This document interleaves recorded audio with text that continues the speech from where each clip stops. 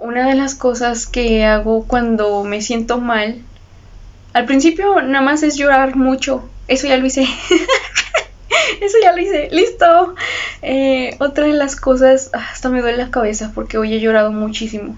Pero otra de las cosas que hago es, como yo no tengo, o sea, sí tengo mi canal, ¿verdad? Tengo mis canales, tengo mi podcast, pero más allá de eso, yo no tengo alguien con quien hablar, ¿verdad? No, por eso me hice filósofa, por eso me hice escritora.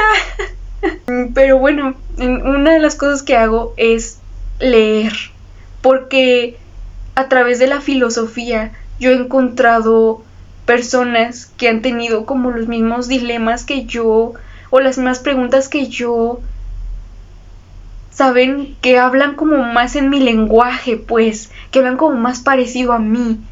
Entonces, hoy les quiero leer uno de mis textos favoritos, que se llama Carácter, que es de un compendio de ensayos de Ralph Waldo Emerson. De hecho, lo pueden encontrar gratis en internet. Se llama Ensayos, Letras Universales, Spanish Edition, Spanish, como caballo, Edition. Es de Ralph Waldo Emerson. A ver, espérenme, no les miento. Déjenme ver bien el título. Lo pueden buscar en Google, ahí les sale. Ralph Waldo Emerson, Ensayos, edición de Javier Alcoriza, traducción Javier Alcoriza. No sé en qué año se hizo esto, pero muchas gracias a Javier Alcoriza, porque tremendas obras de arte. Cátedra Letras Universales. Entonces, Ralph Waldo Emerson, que es mi filósofo favorito, escribía unas barbaries para su época. O sea, es que es muy fácil como ver a los filósofos en la actualidad y decir que ¡wow! ¿No? ¿Verdad? Porque quiero creer que ya no estamos tan cerrados como antes, que la humanidad ha evolucionado. Entonces, pues obviamente los vemos como ¡wow! El maestrazo. Pero antes los veían como locos, como inadaptados sociales, como ineptos. Antes, al Sócrates que le hicieron, güey, que a mí me dio un chorro de coraje y lloré una semana así entera por eso, que lo enjuiciaron por querer, como reformular la idea de Dios, ¿verdad? De lo que era Dios. No, hombre, lo enjuiciaron a muerte, lo condenaron. Y así a muchos genios, o sea, no se les reconoció como ¡ay, genios! O ¡ay, maestros! Y hasta quién sabe cuántos años después. O sea, hubieron personas que sí los reconocieron, pero no fue la mayoría. La vida de los filósofos ha sido siempre dura. Hoy también. Porque siguen existiendo filósofos todavía, ¿verdad? No más que la gente ahorita no toma esa profesión tan en serio. Bueno, ese es otro tema, ¿no? Ese es otro tema. Vamos a leer Carácter. Algo que me gusta mucho de Emerson y que es muy característico de él es que iniciaba con un poema antes de sus ensayos. Entonces dice así: se ha puesto el sol, pero no su esperanza. Han salido las estrellas, su fe madrugó más. Fijo en la enorme galaxia, más profundo y viejo parecía su ojo. Igualaba su sublime sufrimiento la taciturnidad del tiempo. Habló, y palabras más blandas que la lluvia trajeron de nuevo la edad de oro. Su acción ha merecido dulce reverencia y ocultado la medida de su hazaña. No elogia ni lamenta el trabajo de sus manos. Para sí implora el hecho, obra como la naturaleza, sin arrepentirse. ¡Ay, no! Les advierto una cosa. Yo me emociono mucho cuando leo a Emerson, ¿eh? Ay, no más para que luego no digan que los deje sordos. Yo me conmuevo hasta las lágrimas cuando leo a Emerson.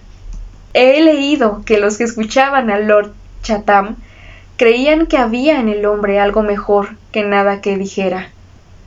A nuestro brillante historiador inglés de la Revolución Francesa Se le reprochaba que los hechos que cuenta sobre Mirabeau no justificaban que estime su genio. Los Gracos, Agis, Cleómenes no igualan en el registro de los hechos su propia fama. Sir Philip Sidney, el conde de Essex, Sir Walter Raleigh, son hombres de gran figura y escasos hechos. No sé leer los nombres ingleses, me van a perdonar. No podemos descubrir la menor parte del peso personal de Washington en la narración de sus gestas. La autoridad del nombre de Schiller es demasiado grande para sus libros. Esta desigualdad de la reputación respecto a las obras o anécdotas no se explica al decir que la reverberación es más larga que el trueno, sino que había algo en estos hombres que engendraba una expectación que superaba todos sus actos. Siento que me voy a tardar mucho leyendo esto porque tengo muchos comentarios que hacer. Era algo que tenía Emerson, que hacía ver lo humano tan insignificante que él hasta se burlaba de sí mismo, porque era de que, ay, los humanos somos bien obtusos y somos bien mundanos, o sea, los humanos ¿qué? No alcanzamos la divinidad, ¿no? Y creo que eso es algo que les pasa a muchos filósofos también, como cuando ves algo tan grande, la existencia misma parece tan pequeña y tan absurda. Y luego la gente dice que la filosofía no sirve de nada, vea, pero se quedan con una vida muy medida, muy, ay, híjole, pues ahora sí que muy mediocre, porque nunca abren su mente y entonces piensan que vivir así es lo normal, porque se anestesian tanto, pero tanto, que ya no saben que algo les está doliendo, que algo en su alma les está doliendo, ¿verdad? Y él es lo que dice Emerson aquí, no exactamente, o sea, yo le agregué, ¿no? Pero él dice, la reputación es algo tan absurdo, tan pequeño, tan tonto. La neta, la reputación es algo tan tonto. Porque les queda muy chica. Llega un punto en que el valor de un nombre ya no puede ser medido. Porque pasa a ser infinito. Cuando un hombre se transforma en símbolo, cuando un hombre defiende unas causas que van a tener consecuencias posteriores a su propia existencia, un hombre ya no puede ser medido. Y entonces la reputación parece una burla. Y era algo que decía Emerson, me da mucha risa porque Emerson era muy honesto. Era honesto, pero de unas formas tan filosóficas, o sea, así como que tan intelectualmente serias, pero era tan honesto, tan antisolemnidad muchas veces, vea, tan así como que tan antirromanticismo, o sea, no, está mal dicho, antirromántico, hace cuenta así de que, él no decía de que, ay, mis fans, él decía de que, no me alaben, porque eso a mí no me gusta. Y es algo que, aquí lo repito, no me alaben a mí tampoco. ¿Ustedes qué te iba a alabar? No, o sea, sé que mi canal es muy pequeño, pero pues los videos en YouTube duran, o sea, se quedan años y años y años y años. Entonces, para cualquier punto de la historia en que estén viendo este video, soy un ser humano normal, todos somos iguales. Y por favor no midamos nuestro valor. No. No. Y dice, había algo en estos hombres que engendraba una expectación que superaba todos sus actos. ¿Han visto One Piece? No, es que no. Perdón, mi gato Beso se está subiendo y ya moví el cartón. Ay, pinche gato. No, o sea, no. Parece que no tiene nada que ver desde afuera, pero ven que el personaje principal tiene una mirada como muy de convicción, como muy de decisión, como muy de ya elegí, incluso antes de hacerlo, ya lo elegí. A eso se refiere. A esa convicción, esa voluntad que hay en los hombres. Esa voluntad que nace cuando un hombre encuentra su lugar. Porque sí parece magia desde afuera, pero desde adentro, o sea, cuando tú lo vives... Esperen, déjenme cerrar la puerta porque me está entrando aire, me da frío. ¡Ay, me caí en mi mano! ¡Ay, me dolió! Pero, o sea, cuando tú vives eso, no lo vives desde el ego inflado. O sea, cuando un hombre se apropia de su propia grandeza, no se siente como actuado, no se siente performativo. Por eso muchas veces incluso los hombres de afuera no se dan cuenta, porque luego es un cambio muy interno. Aunque hayas cambiado muchísimo, a veces sí se nota porque pues cambia también tu forma de relacionarte con los demás, pero cuando realmente te apropias de tu propia grandeza, no se nota por entero. Porque llega un punto en que los demás no te ven como realmente eres, sino como son ellos. Y entonces como te ven desde su propia proyección, así bien ¿qué me ven, marranos? ¿Ven que dije eso? Pues no sé si lo entendieron, lo dije en otro video, pero era un chiste sobre la proyección, porque él es un marrano. Y así ve a los demás. O sea, no. Me dio un poco de miedo. Si subir ese video o no. Porque dije, híjole, a lo mejor se ofenden. Pero pues era un chiste acerca de la proyección y la mente vulgar, ¿no? Que ve a los demás como a sí mismo. No se siente performativo. Y los hombres ya no te pueden ver. Es como un iceberg. Nada más ven la punta, nada más ven lo exterior. Hay muchos hombres que no saben leer el alma, ¿verdad? Entonces nada más te ven así por fuera y no ven la profundidad, o sea, no te ven así a ti, así por dentro. ¿Saben cómo? Entonces llega un punto en donde simplemente ya no te pueden dar tu valor. Y les digo que parece magia, pero, o sea, miren, yo tuve como experiencias así en mi vida donde fue una persona bien introvertida y bien tímida y bien así, con muy mala autoestima y bien así, no, es muy retraída, pero no saben cuánto, o sea, neta, yo no podía enviar un audio de voz. Hace cuenta, así. Y aún así, a pesar del carácter tan frágil que yo tenía en ese entonces, yo no pude hacerme mensa cuando yo encontré lo que era. O sea, una parte, ¿verdad? Porque tú te vas descubriendo nuevas capas de ti, pues, a lo largo de toda tu vida. Pero cuando yo encontré así como una parte así fundamental de mi esencia, que es esto de ser filósofa, ¿no? Yo no me pude mentir. Me dio mucho miedo, lloré mucho, porque los filósofos que somos bien bocones. Y yo sabía que me iba a traer muchos problemas. Y yo sabía que a mi familia no le iba a gustar. Y yo sabía que si quería ser filósofa y quería buscar lo que era la verdad para mí y seguir este camino así de que no una mensaje de que unos meses, no, toda mi vida, yo iba a tener que dejar la relación en la que estaba, la relación tóxica en la que estaba, en la que estuve por años, ¿verdad? Y yo lo hice, y lo hice por amor a mi camino.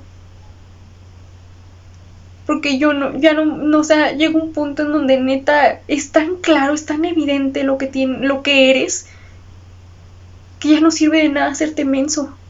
Y ahí es cuando te apropias de tu grandeza. Y parece una obra de magia, pero para mí es algo, o sea, es como bien contradictorio, como bien raro. Porque parece que uno se tiene que esforzar muchísimo por ser uno mismo. Y o sea, y sí te cuesta trabajo, obviamente, y sí sufres rechazo, y también hay gente que te quiere, y o sea, sufres, bueno, las dos cosas, ¿no? Experimentas ambas cosas, y sí cuesta trabajo, pero ¿cómo les explico que no se compara con el dolor de no aceptarte? O sea, ¿cómo te explico que es mucho más fácil rendirte? Es que no es como que te tengas que esforzar, más bien se siente Si hay un esfuerzo, como les digo, si hay un trabajo, pero no se siente como algo obligado, se siente más bien como que te rendiste a tu alma, así que te rendiste a quien eres, así se siente, ¿saben? Como una rendición. Y eso es lo que te da harta humildad, o sea, porque desde adentro se siente como, no hice nada extraordinario, y por fuera todo el caos, ¿no? Así, los filósofos y con todo el caos, toda la destrucción atrás, y yo sé que, pues nada más fui yo.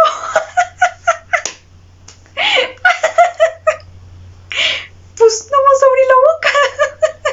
¿Quién sabe por qué se me quedaron viendo así?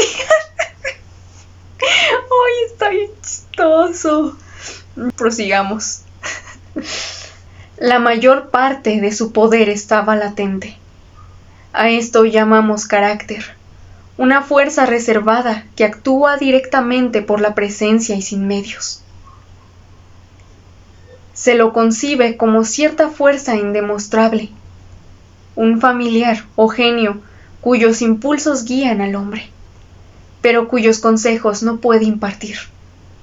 Impulsos que le acompañan, por lo que tales hombres a menudo son solitarios, o que, si resultan sociales, no necesitan sociedad, sino que pueden pasarse muy bien solos. Está bien bonito, o sea, el carácter no necesita medios. Y eso destruye al narcisista y destruye a todos esas falsas personas de carácter. El carácter no necesita medios. El carácter no necesita imponerse, porque con la propia presencia basta. Así, con la propia presencia. Está muy padre. Y yo, ¿saben qué? Al principio, cuando empezaba a querer formar carácter, pues la neta es que en la sociedad no nos enseñan. ¿Por qué? Porque no es conveniente. Porque a la sociedad, o sea, miren, también hay que definir qué es la sociedad, ¿no? Porque para mí la mayor parte de la sociedad es un constructo aquí. Y muchas veces sales allá afuera, te das cuenta que la sociedad no es lo que crees que era, sino que han sido ideas. Esto se llaman egregores, ¿eh? Aquí me voy a hacer un poco burujil, o no sé cómo decirlo, pero esos son egregores.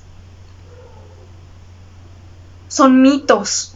¿Por qué? Porque muchas veces decimos, la sociedad es así, la sociedad es así, la sociedad, ¿verdad? Y muchas veces yo he salido allá afuera y no he visto esa sociedad que mencionamos. Yo me he encontrado buena gente.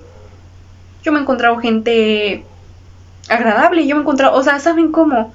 Entonces, creo que está mal dicho decir la sociedad, pero explicar a ciencia cierta a lo que me quiero referir, creo que es un poco complejo y más complicado, ¿saben? O sea, siento que es más bien como la inconsciencia social. O sí, porque está mal decir la sociedad.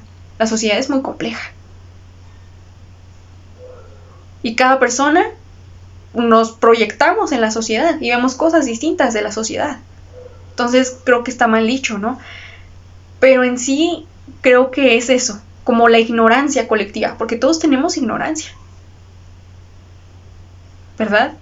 O sea, creo que desde la ignorancia colectiva asociamos mucho el carácter como imponernos o como rigidez o como...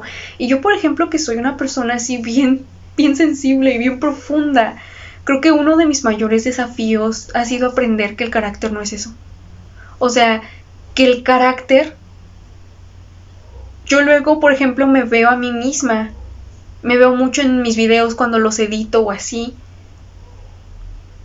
o incluso en tiempo real mientras estoy grabando, y yo luego digo cosas así muy, muy fuertes, con mucha convicción, mientras estoy llorando. O sea, no está peleado una cosa con la otra, no están peleadas. Es que también siento que el carácter se puede manifestar de distinta forma según el temperamento de las personas. Y yo, como soy muy expresiva, pues a lo mejor se ve, ¿no? Al mismo tiempo, pero, ajá, o sea, una cosa no no quita la otra, porque yo soy muy seria y muy estoica en unos aspectos, pero también soy muy expresiva. O sea, los seres humanos somos muy complejos y yo he abrazado como las distintas polaridades de mí o las distintas facetas así que es ser yo. Entonces está muy padre eso, porque yo he visto que incluso cuando estoy llorando así, puedo seguir siendo firme. Y creo que eso tiene que ver más con el carácter que querer imponerte así a la fuerza. Yo creo que más bien eso viene de la inseguridad. No siento que venga genuinamente de una fuerza interna. Y luego yo como siento así muy, muy, muy profundo. A veces las cosas que digo con más convicción me salen así como en medio del llanto o hace cuenta así, porque las siento profundamente, ¿saben? O sea, porque tengo esa certeza y esa firmeza y esa convicción, incluso cuando estoy así con la herida así toda abierta. Y creo que eso es algo muy, muy poderoso, porque también cuando intentamos formar carácter, muchas veces lo que hacemos es rechazar la emocionalidad, porque creemos que es contraria al carácter. Pero no necesariamente es así. Pueden coexistir mientras se respeten mutuamente, ¿saben? El talento literario más puro parece unas veces grande, otras pequeño, pero el carácter posee una grandeza estelar e irreductible. Lo que otros realizan por talento o elocuencia, este hombre lo logra con cierto magnetismo. Prescinde de la mitad de su fuerza. Ay, no puedo creerlo, es que el carácter no... O sea, el carácter no viene propiamente de la fuerza. No es así, imposición. Muchos lo aprendemos así al principio, no pasa nada. Pero más bien el carácter prescinde de la mitad de su fuerza. Porque a mí me gustan mucho los samuráis. Y una leyenda de los samuráis es Miyamoto Musashi. Y Miyamoto Musashi él decía como algo así como que el aprendizaje último de un verdadero espadachín era poder ganar batallas sin usar la espada. Es esto. Que nada más baste mi presencia. ¿Saben? Está muy cabrón esto. Prescinde de la mitad de la fuerza. ¿Por qué? Porque muchas veces la fuerza, ¿para qué nos sirve? Para imponernos, ¿verdad? La fuerza que hace, forza. El carácter que hace, llama al espíritu. Llama como que tiene resonancia en los demás. No viene de la fuerza. Muchas veces las personas con carácter no son las más fuertes. O sea, como ven a Gandhi que luego se presentaba así a asambleas muy intimidantes, güey. O sea, ¿sabes? Y él iba con su trajecito así todo humilde, con sus sandalitas. Ay, no, me da mucha ternura. Pero él iba así y se paraba enfrente de esos hombres así de traje y él se paraba así. Ay, ¿saben? Entonces no, tiene que ver con la fuerza. De hecho, yo he visto, o sea, porque soy muy observadora, pero yo he visto en las personas que como que, desarrollan mucho la fuerza, que son muy inseguros. Que tienen heridas en su autoestima, que tienen así como cosas. Porque no está mal cultivar la fuerza, ¿no? De hecho, para formar carácter siento que la base sí es eso. Para que puedas soportarlo. O sea, porque la fuerza es lo que te enseña como a soportar. Pero llega un punto en donde el soportar y tolerar ya no es fuerza. Ya es nada más como automaltrato. Porque empiezas a tolerar y aguantar y a normalizar cosas que no debes aguantar. Entonces, desarrollar tanto aguante llega un punto en el que deja de ser útil. ¿Saben cómo? Creo que hay más huevos. es que no me gusta esa palabra mexicana. A mí me gusta esa palabra española que utilizan para referirse a lo mismo, porque siento que suena más, no sé, pero me gusta más decir cojones, así. Pero siento que tienen más cojones, así, las personas que no son tan fuertes físicamente, o sea, que saben que no se pueden valer de su fuerza, y aún así salen a dar la cara así en el mundo. Las que no son expertas, las que, aunque no, o sea, sí, que no necesitan seguridad para actuar, que no ¿saben cómo? Sí me explico, porque las que son fuertes dicen, pues si algo me sale mal, me lo agarro a madrazos, ¿no? Hace cuenta, o sea, es una exageración, ¿no? Es una hipérbole, entonces, pero ¿saben a lo que me refiero, no? Sus victorias se deben a una demostración de superioridad, no a cruzar bayonetas. Conquista porque su llegada altera el aspecto de los asuntos. Oh, Yole, ¿cómo has sabido que Hércules era un dios? Yole respondió, porque me alegraba en cuanto lo veía. Cuando miraba a Teseo deseaba verle, ofrecer batalla o guiar al menos sus caballos en la carrera. Pero Hércules no esperaba pelear. Conquistaba por el mero hecho de estar, caminar, sentarse o hacer lo que fuera.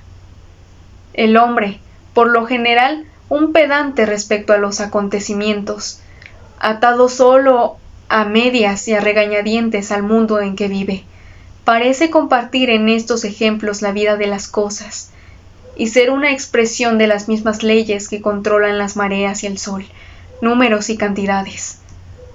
Por usar una ilustración más modesta y más doméstica, observo que comprendemos suficientemente el valor incomparable de este elemento en nuestras elecciones políticas, donde, si aparece en absoluto, solo puede ocurrir en su forma más vasta. El pueblo sabe que en su representante necesita mucho más que talento, es decir, el poder de hacer que se confíe en su talento. El pueblo no puede alcanzar su fin enviando al Congreso a un orador instruido, agudo y elocuente, sino es alguien que, antes de que el pueblo lo designe para representarlo, ha sido designado por Dios Todopoderoso para representar un hecho, invisiblemente persuadido de ese hecho en sí mismo. Para los que no leen a Emerson o no han leído antes a Emerson, qué honor que yo se los pueda presentar, porque para mí fue el filósofo que, o sea, para mí Emerson, creo que esto, no sé si ya lo dije antes o no, pero Emerson fue el filósofo que me hizo darme cuenta que yo era filósofa, porque antes de él yo no me encontraba, yo no me reconocía en las profesiones o yo no me reconocía en los demás hasta que leí a Emerson. Yo dije, es que yo soy como él. Eso también me pasó cuando leí a Sócrates, pero me pasó primero con Emerson. Fue como, es que yo soy como él. Y hasta me puse a llorar, porque son de esas epifanías así tan fuertes que te llegan. Entonces para mí es un honor. Si están conociendo a Emerson por mí, pues que lo conozcan por mí, porque a mí fue el filósofo, o sea, sí. Ay, no, el que cambió mi vida por completo, ¿no? Entonces, pero esta nota aclaratoria era para decir, no para hablar de mí, sino para decir que él no consideraba, o sea, él cuando habla de Dios Todopoderoso, no habla del Dios que utilizan para adoctrinarnos, no habla de ese Dios. Él veía a Dios en la naturaleza. En eso consiste de hecho el movimiento trascendentalista, a ver a Dios en uno mismo, sí, pero también en la naturaleza, o sea, sí, simplemente en las leyes naturales. Entonces, para aclarar, ha sido designado por Dios Todopoderoso para representar un hecho, invisiblemente persuadido de ese hecho en sí mismo, de modo que las personas más presuntuosas y más violentas sepan que aquí hay una resistencia en que se despilfarran el impudor y el terror. Es decir, que hay fe en un hecho. Los hombres que salen adelante no necesitan preguntar a sus electores lo que deben decir, sino que son el país que representan. En ningún lugar resultan tan instantáneas y verdaderas sus opiniones como en ellos, ni tan exentas de egoísta infusión. En casa, los electores atienden a sus palabras, miran el color de su mejilla y con ello, como en un espejo, componen las suyas. Nuestras asambleas públicas son buenas pruebas de fuerza viril. Nuestros francos hombres del oeste y el sur aprecian el carácter y quieren saber si el de Nueva Inglaterra es un hombre sustancial o si pueden atravesarlo con la mano. La misma fuerza motriz aparece en el comercio. Hay genios en el comercio, así como en la guerra o el Estado o las letras. Y la razón por que este o aquel hombre es afortunado no ha de ser dicha. Radica en el hombre. Es todo lo que cualquiera podría decirte al respecto. Vedle, y sabréis fácilmente por qué triunfa. Tal como viendo a Napoleón, comprenderíais, está en español, en español, su fortuna. En los nuevos objetivos reconocemos el viejo juego, el hábito de afrontar el hecho y no tratar con él de segunda mano mediante las percepciones ajenas. La naturaleza parece autoritar el comercio tan pronto como veis el mercader natural, que no parece tanto un agente privado como un factor y ministro del comercio. Su probidad natural se combina con su visión de la fábrica social, para ponerle por encima de ardidez, y comunica a todos su propia fe. Los contratos no se interpretan en privado. El hábito de su mente es una referencia para los modelos de equidad natural y ventaja pública, e inspira respeto y deseo de tratar con él, tanto por el silencioso espíritu de honor que le acompaña, como por el pasatiempo intelectual que proporciona el espectáculo de tanta habilidad. Este comercio de inmensa extensión que hace de los cabos del océano meridional sus muelles y del Atlántico su puerto familiar, solo se centra en su cerebro, y nada en el universo puede hacer bueno el lugar en que está. Veo muy bien en su salón que esta mañana ha trabajado duro, con ese ceño fruncido y ese humor resuelto que no puede sacudir todo su deseo de ser cortés. Veo claramente las firmes acciones que ha llevado a cabo, los valientes noes que ha proferido ese día, en que otros habrían pronunciado ruidosos síes. Veo, con el orgullo del arte y la destreza de la aritmética magistral y el poder de la combinación remota, su conciencia de ser un agente y compañero de juego de las leyes originales del mundo. ¡Ay, no! No, no, no, no, no, no, no.